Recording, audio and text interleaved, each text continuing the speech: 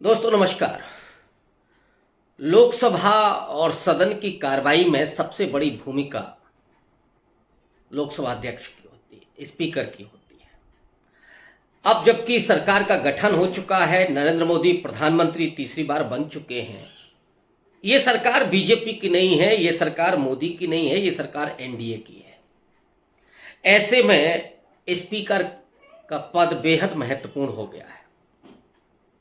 TDP हो या JDU यानी चंद्रबाबू नायडू हो या नीतीश कुमार, इनके बारे में ये शुरू से कहा जा रहा था कि टीडीपी कम से कम अपने पास स्पीकर का पद तो रखेगी ही।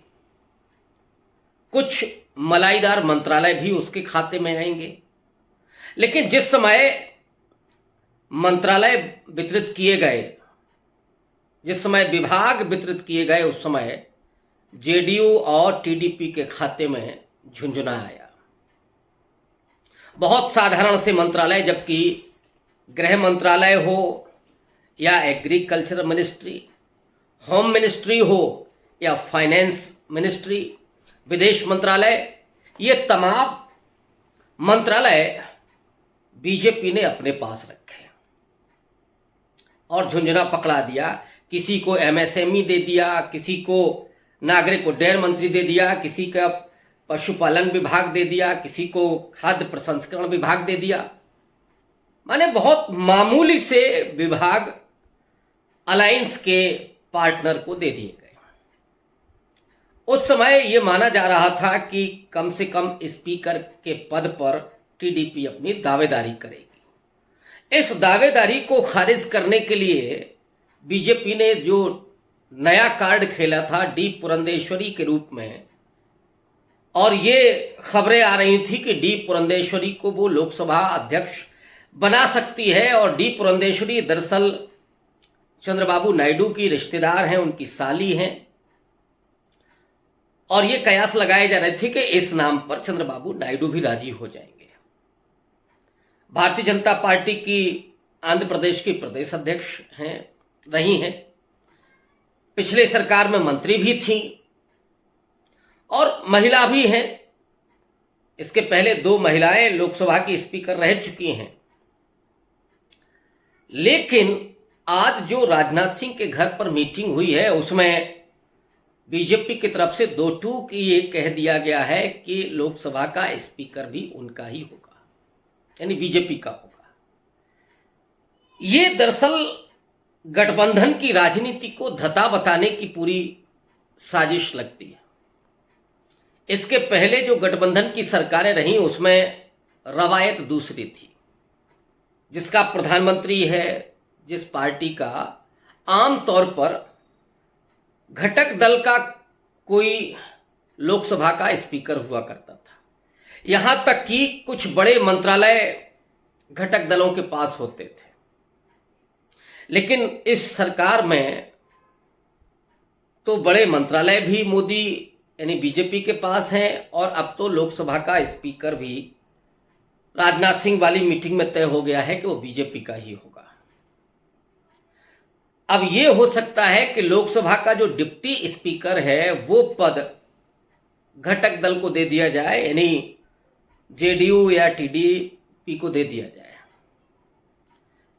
जबकि इसकी डिमांड तो इंडिया अलायंस कर रही है। और मल्लिकार्जुन खड़गे ने यह कहा था कि जो भारत की संसदीय परंपरा रही है, उसमें डिप्टी स्पीकर का पद विपक्ष के पास रहा है, विपक्ष को दिया जाता रहा है।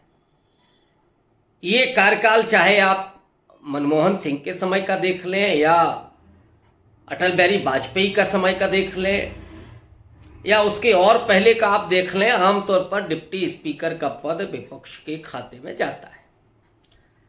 मल्लिकार्जुन खड़गे और इंडिया अलायंस की तरफ से यहां तक कहा गया कि अगर डिप्टी स्पीकर पद देने के लिए सत्ता पक्ष राजी नहीं होगा तो फिर वो स्पीकर पद पर भी चुनाव लड़ेंगे।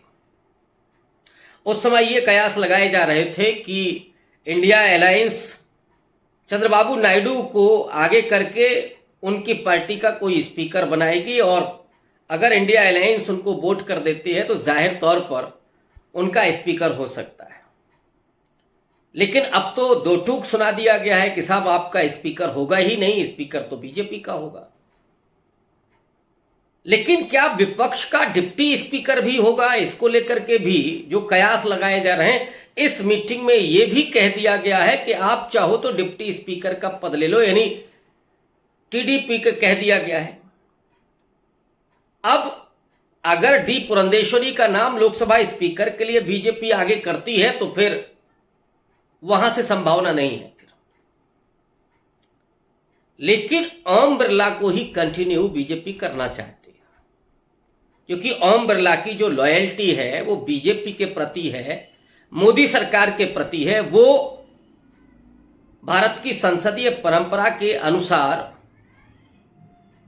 पार्लियामेंट के प्रति नहीं है। जबकि लोकसभा स्पीकर का पद बेहद महत्वपूर्ण माना जाता है। पिछले वीडियो में मैंने इसके बारे में ये भी बताया था कि किस तरह से ये पद, ये पूरी जो संसदीय परंपरा है वो ब्रिटेन से ली गई है। ब्रिटेन के पार्लियामेंट्री जो सिस्टम है उससे प्रेरित है। और वहां पर जो स्पीकर होता है वो दरअसल भले ही सत्ता पक्ष या किसी राजनीतिक दल का हो, लेकिन वो बाद में अपने राजनीतिक दल से रिजाइन कर देता है और स्पीकर का पद खत्म होने के बाद वो फिर से लौट करके नहीं जाता है, अपनी पार्टी में नहीं जाता है। ये वहां की संसदीय परंपरा है, लेकिन भारत में इसका अनुपालन आमतौर पर नहीं किया गया। एक उदाहरण आपको मिलेगा, जब कम्युनिस्ट पार्टी के लोकसभा स्पीकर बने थे, उन्होंने जरूर ये किया था कि उन्होंने सीपीएम माने अपनी पार्टी से इस्तीफा दे दिया था।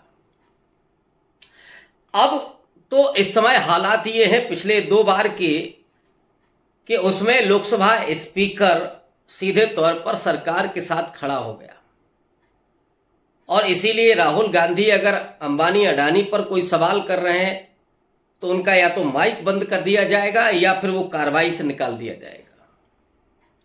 महुआ मोइत्रा बोल रही हैं तो उनके साथ यही होगा। और फिर विपक्ष अगर विरोध करेगा, सामूहिक विरोध करेगा, तो फिर बाउंसर के जरिए निकाल करके बाहर फेंकवा दिया जाएगा या सस्पेंशन हो जाएगा।